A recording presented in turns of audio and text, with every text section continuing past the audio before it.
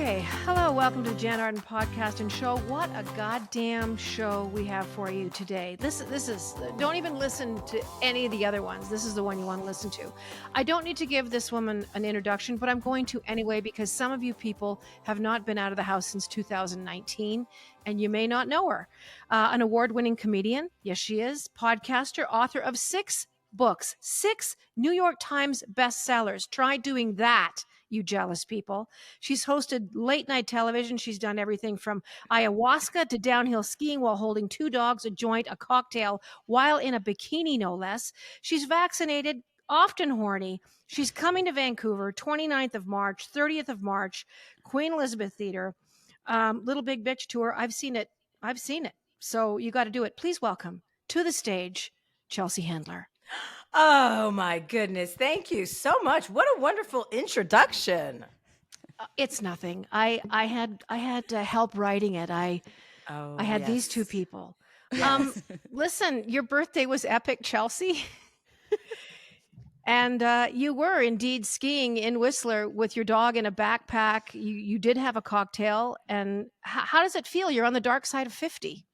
I'm not. Well, I'm on the dark side of it or the light side of it. I'm 49. Is that the dark side of 50? Yes, that's the dark side of 50. Fuck. Okay. That's what they so call yes, it in Canada. I'm on the dark. Oh, I didn't know. There's so many sayings in Canada that I haven't really caught on to. I'm so busy smoking joints and drinking cocktails and getting my dogs high that I can't even focus on the lexicon that you guys are using up here. It feels good to be 49. I mean, 50 is a big number. I'm not going to lie. It No. does. You're like, wait, what? I remember my dad being 50 and being like, get out of my way. You're old. I don't want to, don't associate with me. So, yeah, I am 50. But you know what? I mean, my life just is, I'm happy. I'm so happy. I'm so happy that I am not married and that I don't have some husband that annoys the living shit out of me. I'm happy that I get to have sex with random men in different countries and I don't feel any obligation towards them. I'm happy that I don't have any children of my own, even though I do have a lot of children in my life. You do. I do. I actually do, more than necessary. But I'm happy about that too. It's like I get to live all out. I get to live the best of all the worlds, right? Like I have a child in my bed right now. That doesn't sound great, but she's 16 and she insisted on sleeping in my bed last night. So we're going to spend the day having yeah, we're going to have the movie day today. And she's my friend's daughter. And she's kind of like my daughter, too. So, I think she came and said hi with the face mask. Oh, she did? Her? Yeah, that's Katie. Mm-hmm. I told you to stay in your room. God damn Sorry. it. Sorry. We have to start this whole thing again. The face mask. Do you feel like you have to apologize for being happy sometimes? I mean, I think a lot of times people that are happy, it's just like, oh, well, good for you. I'm so glad you're happy. I think we need to talk about happiness a little bit more and unadulterated joy a little bit more and actually finding out in life, especially for women, about what makes you happy and finding your passions and finding your joy and getting after it, because not everybody has the luxury or feels like they have the luxury to do so. And you do. You have every right to create your own joy and find out what brings it up in you, because when you are joyful, you spread it and you're giving it away to other people. And right there, that alone can never be selfish. So anyone who thinks living a life like mine being selfish, it's like, I get to spread this joy with so many people. So there's nothing selfish about that. No, creativity. You do bring a lot of joy. I've seen your last 2 stand-up shows, and they were so different from each other in every way, shape, or form. It wasn't like you came in and did like anything that was even similar from the show that I saw like 18 months ago. I don't even know how you find the time to do all the shit that you do, but writing comedy, putting a routine together like that, just for people that don't have a clue, where does that even start? So you're out on the big little bitch tour, and where does the catalyst from that come from? It's a lot about your childhood. I'm not no spoiler alerts, but how do you put that together? Where does it start? I always just take the funny stories that happen and, with I'm writing a new book, I'm doing my stand up. There's a lot of overlap with those 2 things. So a lot of like the stories I told about going to Kennebunkport to George W. Bush's compound. Like, that's a true story. I was on 3 edibles and had to go deal with a former president who I have no political amiability with. Like, we have nothing in common. And I had to drug myself to go there. And the story As of you me would. having to of course, and having to look at his artwork while I was on 3 edibles, with him to asking me to take my sunglasses off, and me having to tell him, "Sir, Mr. President, I'm as high as a kite right now," and that's what I had to do to get here. Those stories in my life, like my brothers and sisters were on that trip with me to Maine, and those stories in my life are always, that is my life. It's pure ridiculousness. The situations I find myself in are just crazy. Like, my brother is like, listen, he goes, every time we go away with Chelsea, some shit like this happens. And I take pride in that. Like, I take pride in providing that kind of entertainment, never being narrow-minded enough to not experience something that you think you won't like, always being open-minded. And then, my personality leads to a lot of embarrassing situations. And I like to take the piss out of myself. It's fun to self-deprecate and be self-deprecating. And a lot of the stories in this show, like the Andrew Cuomo story, the Bill Cosby story, the Woody Allen story, they're all true. So why not share them? You know what I mean? Like, everyone wants to know about that kind of stuff. And those people I don't have a ton of respect for. So I have no problem, throwing them under the bus. So yeah, I like to share all of it, because not everybody gets to experience all these things. And I think the reason why anyone is a fan of mine is because they know that I tell the truth. I'm not lying about stuff. I don't make things up. I don't try to make myself look good. I just am living. I think one of the thing that always strikes me in your shows is how quick you are with hecklers. How quickly, and never mind that, if this one guy in the Calgary show, he started off really early saying some shit to you, and you wound that poor fucking guy throughout the entire show. Like, you went back. I can't remember what his name was, Rick or something, but it would be this Who click, cares? click, click, and then Rick would get it. And I was just like, but it was perfect. And it wasn't overkill, because every time you went there, and then people started hoping for it. They're like, okay, if Rick dares fucking even lift his shoulder up, he's going to get it. But it doesn't come, there's still a kindness to it, and there's a grace to it. And I don't know how that's even possible, but there is, because he knows, listen, you know why you bought a ticket to come here. You're sitting in the front row. You're, never mind that, you're right in front of me. You're looking at my vagina, basically, from where he was sitting. And those are top dollar seats. They're top dollar seats, but you're so quick on your feet. Were you always like that as a kid? Was 10-year-old Chelsea like the kid that was just like, don't screw with me, because I will flatten you with words? I have been very quick. I'm very quick, but not always to my advantage. Sometimes I fly off the handle, or historically I have been known to fly off the handle without thinking about what I'm saying. But when I'm on stage, that is my domain. And I've been doing it now for 20 something years, 25, I'm 49, more than 25 years. So, if you're not good at your job after 25 years, you should find another one. And I know how to handle hecklers, because it's my show. People are there. They paid money to see me, not to hear Rick, talk to me. No one paid for that. So I am also protecting my audience. It's not just about me looking good. It's like, you're not ruining the show for anybody that paid tickets to come see me. And that's how I feel. And that's the truth. Do you think that the way you were raised, because you did talk about your family a lot, and you have talked a lot about your family over the years, do you think your parents and your siblings and the way you guys interacted and the way your parents were with you, that it kind of informed not only your personal life, Chelsea, but your professional life, like those beginnings of planting a seed, you talked about wanting to have some money in your life, to not be held prisoner by other people's expectations. So that seed was planted early. Your parents have obviously played a big part in that. Whether They it's played a bad. big part in not in neglecting me. So that was a big part. And And it's not even really, I mean, it is their fault because they should have probably used protection, but they had so many children and they were so tired and they were so inefficient at parenting.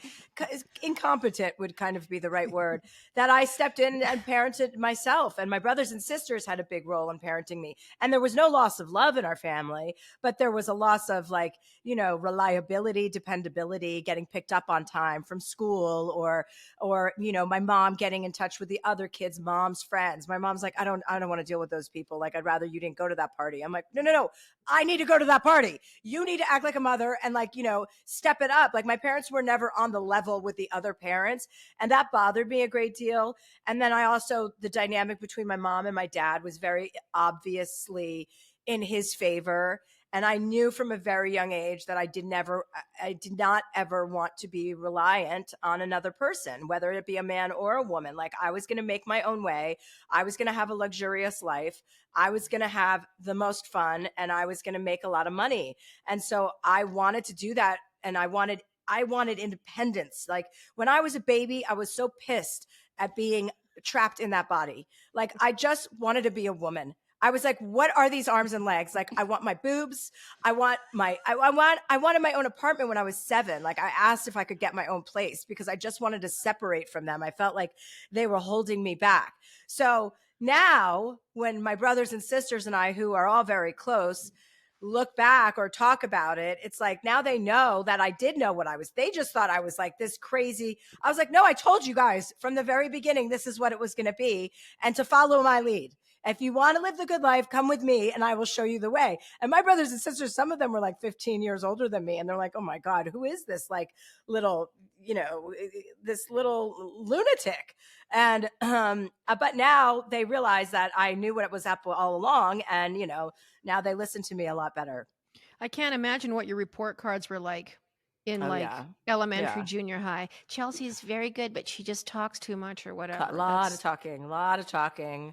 I wanted to be funny. I wanted people to know I was funny because, like, the pretty part, because I was always blonde and cute, and sometimes I was cuter than others. But I didn't like that attention only. I wanted the attention for being smart and for being funny. Like, so it was so important for me to always, when I was in a new class, I was like, when's my moment? I'm going to make a joke. And I didn't care if the teachers liked me. I just wanted all of the students to know that I was like, I'm the funny one.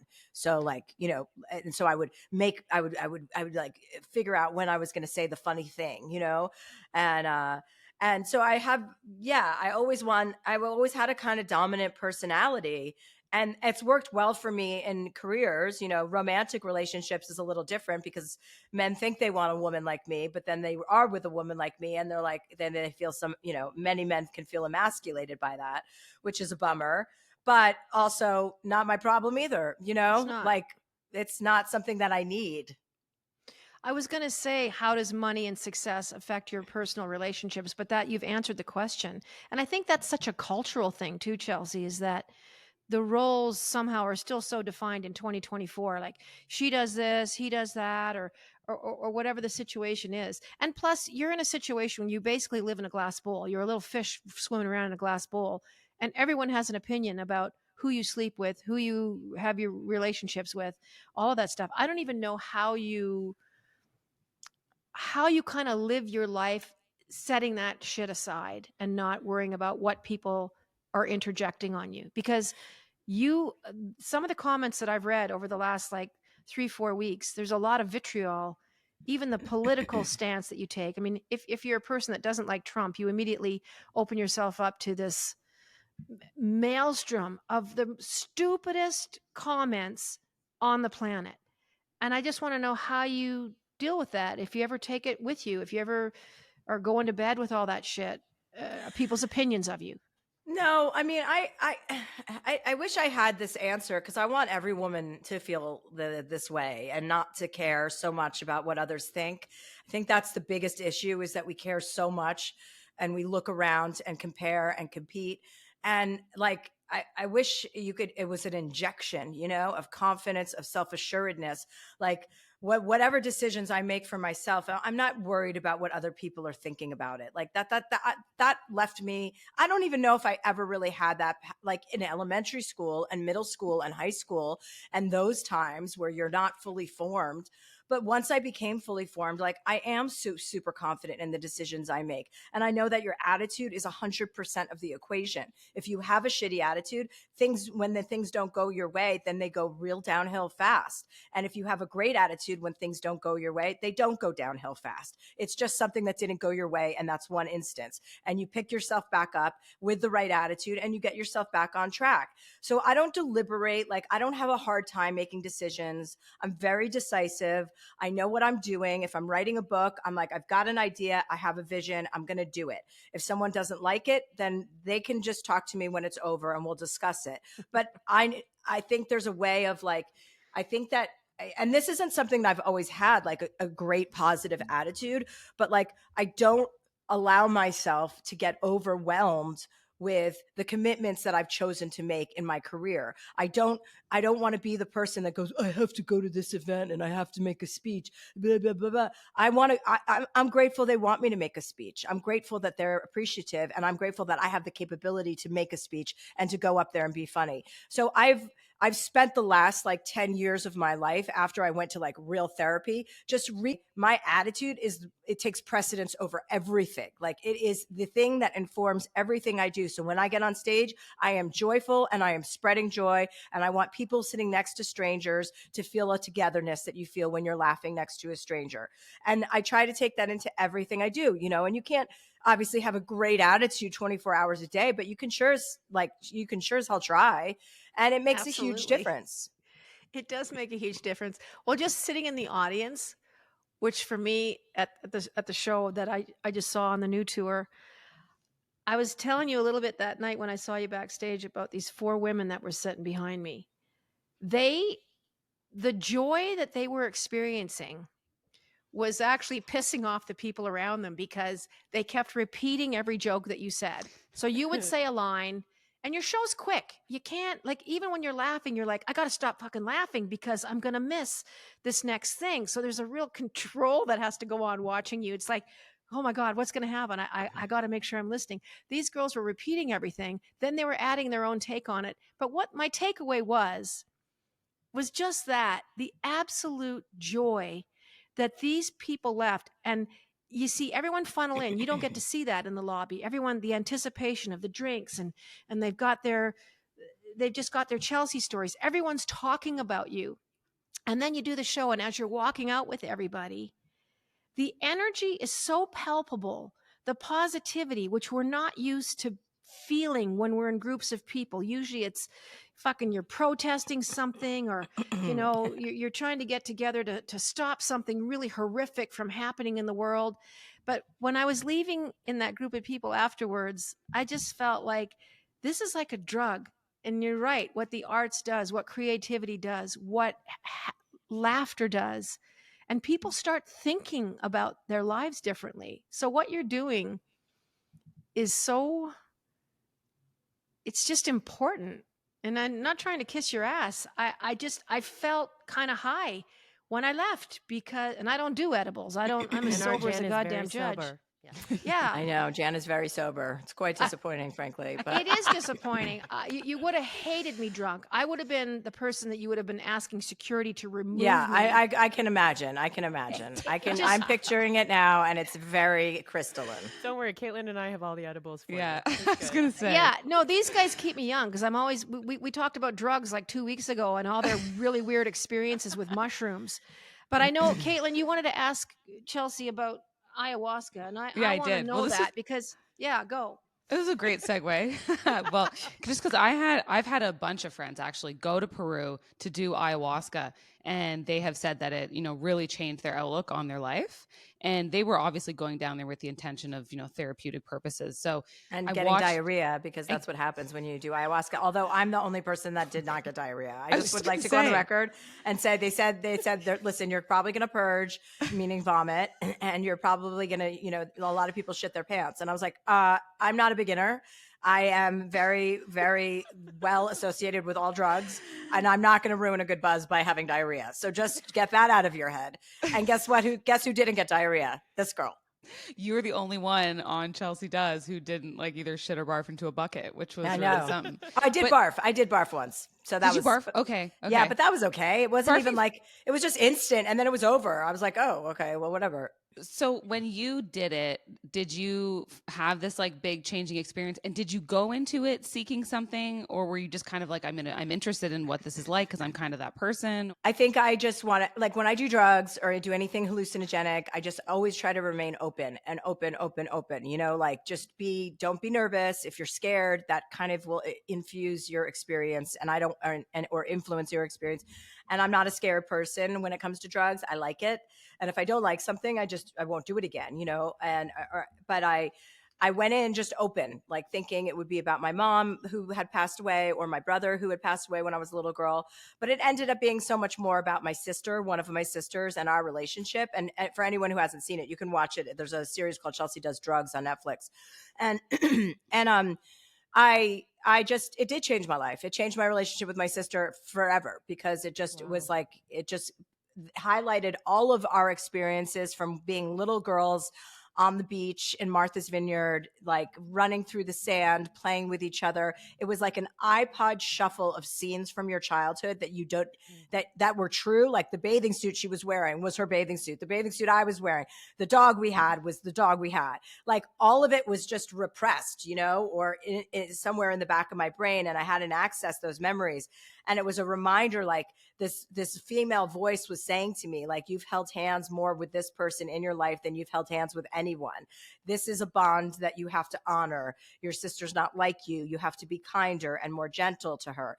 And I was like, oh, like it wasn't what I was expecting at all, but I'm a good student. So I took that and I was like, okay, I'm going to change. And I did. And I didn't tell my sister what happened because I was like, oh, I'm not apologizing to her. And, but then when she saw the documentary on Netflix, she called me. She's like, oh my God. She's like, Sissy, you have been so different for the last 6 months. Like, I can't believe that you didn't tell me about this. She's like, you have been so much nicer to me and so much more understanding. And I was like, well, that's why. Drugs are good. Sisters are complicated. They are, but my sisters really aren't. I'm the most complicated one probably. Yes, and we have like me, I have great sisters. We're very close and we're very tight and we love each other. Like there's no fighting. We don't fight. You obviously have really great priorities because I don't know much about you. Obviously, I've met you for 8 seconds a couple of times, but you seem, what I said to people when I met you the first time, I said she is absolutely the polar opposite of who I thought I would be talking to. And I don't know what I was prepared for. I was, because I've admired you for so many years and you've made me laugh my ass off. I found you so warm. You look a person right in the eye. You're trying to make sure everyone's comfortable. I think you offered me a drink or a water like 6 times. What do you need? Sit down. What do you want? Do you want these crackers? I got 3 grapes left. Like you were just on it. And I found you incredibly warm. And people were like, really? I'm like, yes. And I've spent the last 40 years of my life meeting people, thousands and thousands and thousands of them. And from being around human beings of what that warmth is and what the authenticity is, because you have done ayahuasca on a goddamn mountaintop and you've dealt with death and you've dealt with hard things. And I think a lot of people skip over the obstacles that successful people have to go through in order to get to where they're going. Not everything is a win. No. That's that. And we learn how to be empathic. That's where we find our character is in the things that we don't get right. Yeah. It's like finding gratitude in the dark. You know what I mean? It's like, listen, if we don't fall, it's almost, it's trite to say, but it's so true. These sayings that we have that seem like, oh, that's such who cares? What a platitude. It's so true. I've fallen on my face a million times and thank God, thank God I did, because it keeps you grounded and it makes you better. You get better every time you fail. When you get up, you are a better person. You are stronger. You're you're more grounded and you're calmer because you understand that I can survive anything. I'm 49 years old and I've gotten all of these things because of me, you know. I mean, I've had help along the way, obviously, but I got myself here. So once you realize that about yourself, to whoever you are, you've gotten through all of these things and you're still here and you're still going. You start to go, wow, I am dependable. I am reliable. These are the things that I've always wanted to be. And here I am. It's amazing how you can monetize being yourself. It always seems like the weirdest, the weirdest concept on the planet. You know, people always ask me about, you know, don't you write music for people, you know, for other people? And I'm like, God, no. That was half of the reason that I never really got anywhere in the United States, is because after Insensitive in like 1990 fucking 6, they wanted another one of those. And I'm like, I don't want to do that.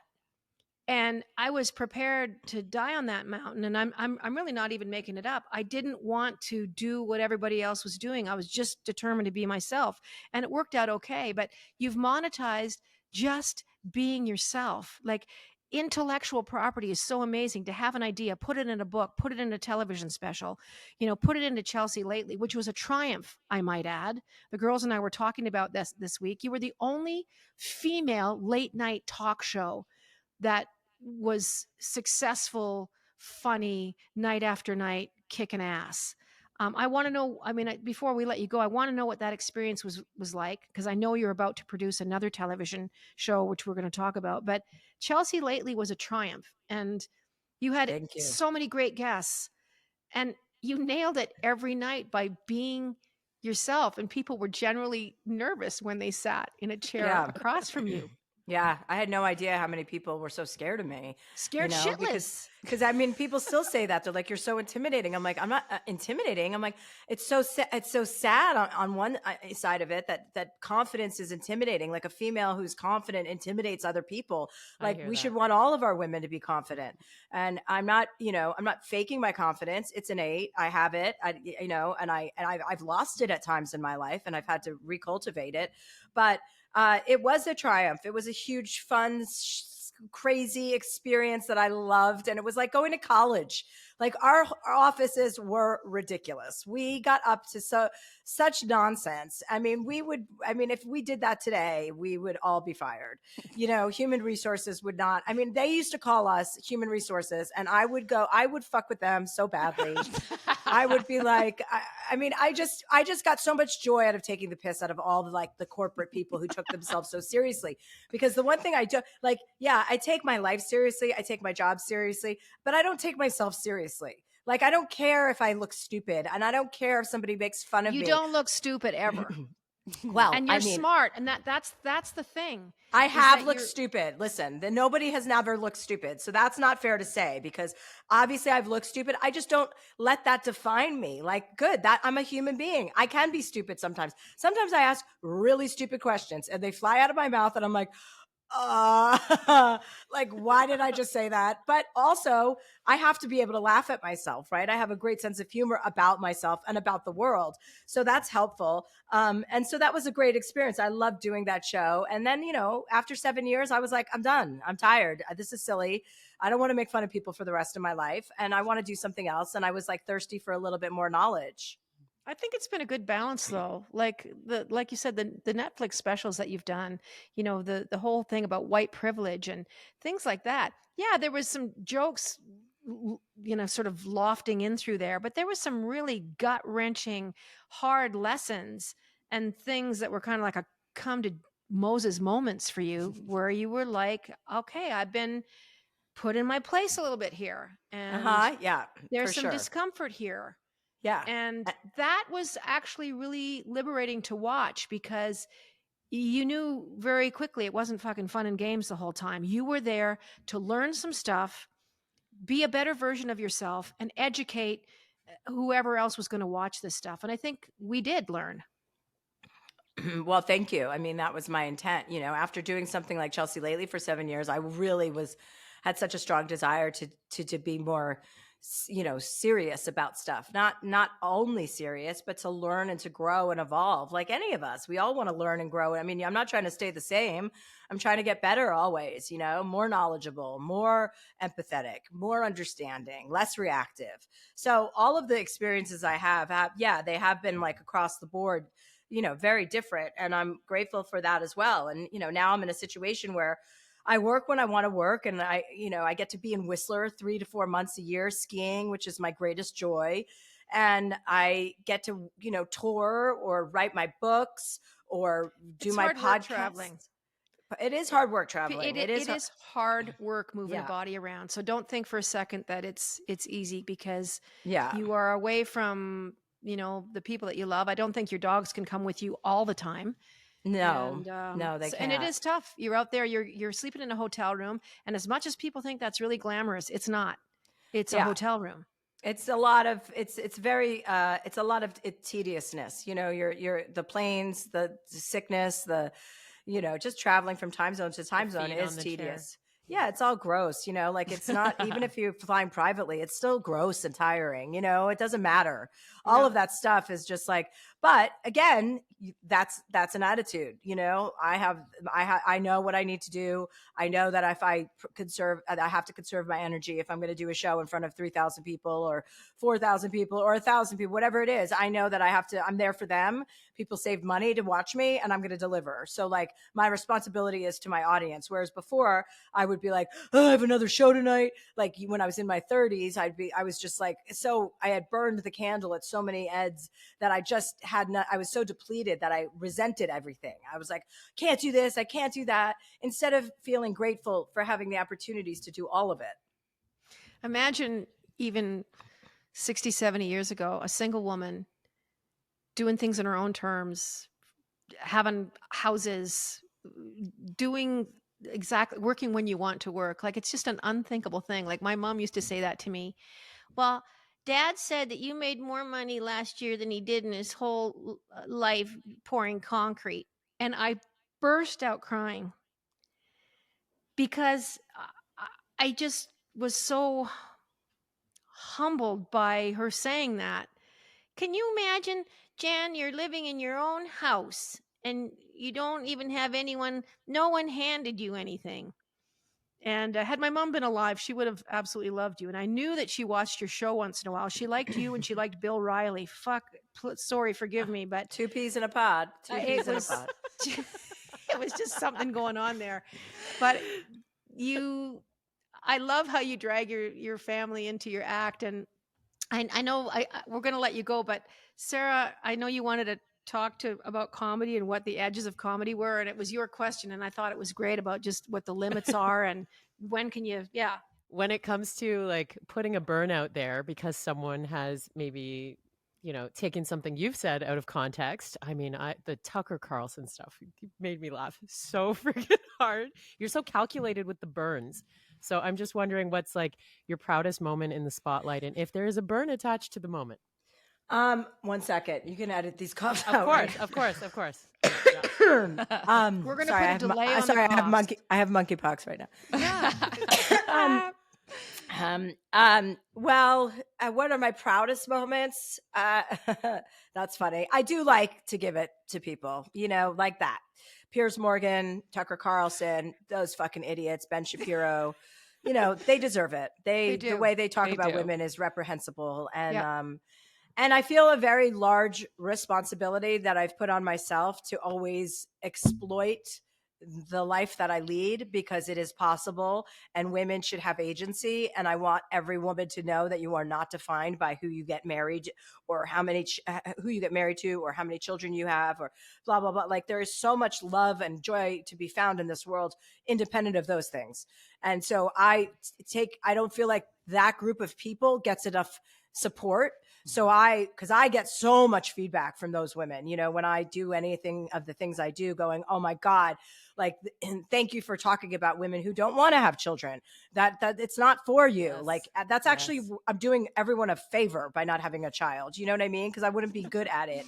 So, and if I did have a child, she would be just like me and would be torturing all these men anyway. So what are they complaining about?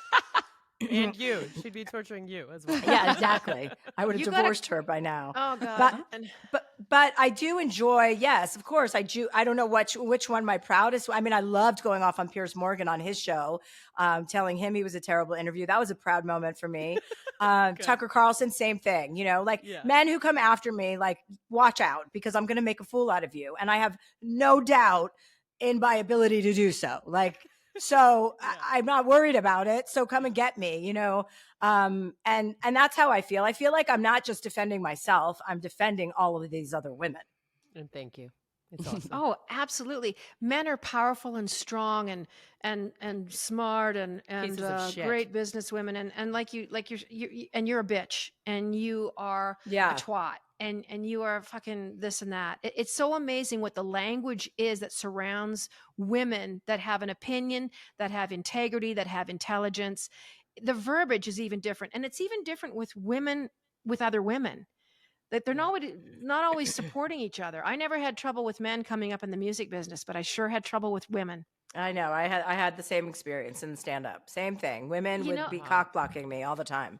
It was a really bizarre experience. Anyway, you got a lot of things coming up here. The March 29th and the 30th. You sold the 29th out in about a hot minute. You're at the Queen Elizabeth Theatre in Vancouver. Those are your two Canadian shows. I can't even look at your schedule because it makes my nipples twist off. It really does. The YouTube theater. You're doing a Netflix, a joke fest in May with 3 gays, a Mexican, and a Jew. I'm assuming you're the Mexican. So I am. I'm actually all three Mexicans. Thank you. you're all 3 Mexicans. Well, a little bit about that. That's coming up. Obviously, you're producing it and doing that with Netflix.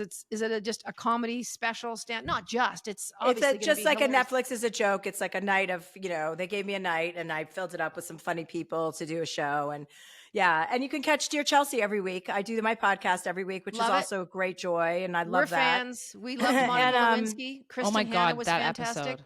Yeah, I Lewinsky was love so Kristen good. Hanna. Have you read any of her books? Yes, she rips my heart out. I just read The Four Winds. I was a little behind with Kristen, but I was just riveted. I read those books in like a day and a half, and my eyeballs are going to drop out because I can't put it down. Yeah, I know. She's so good.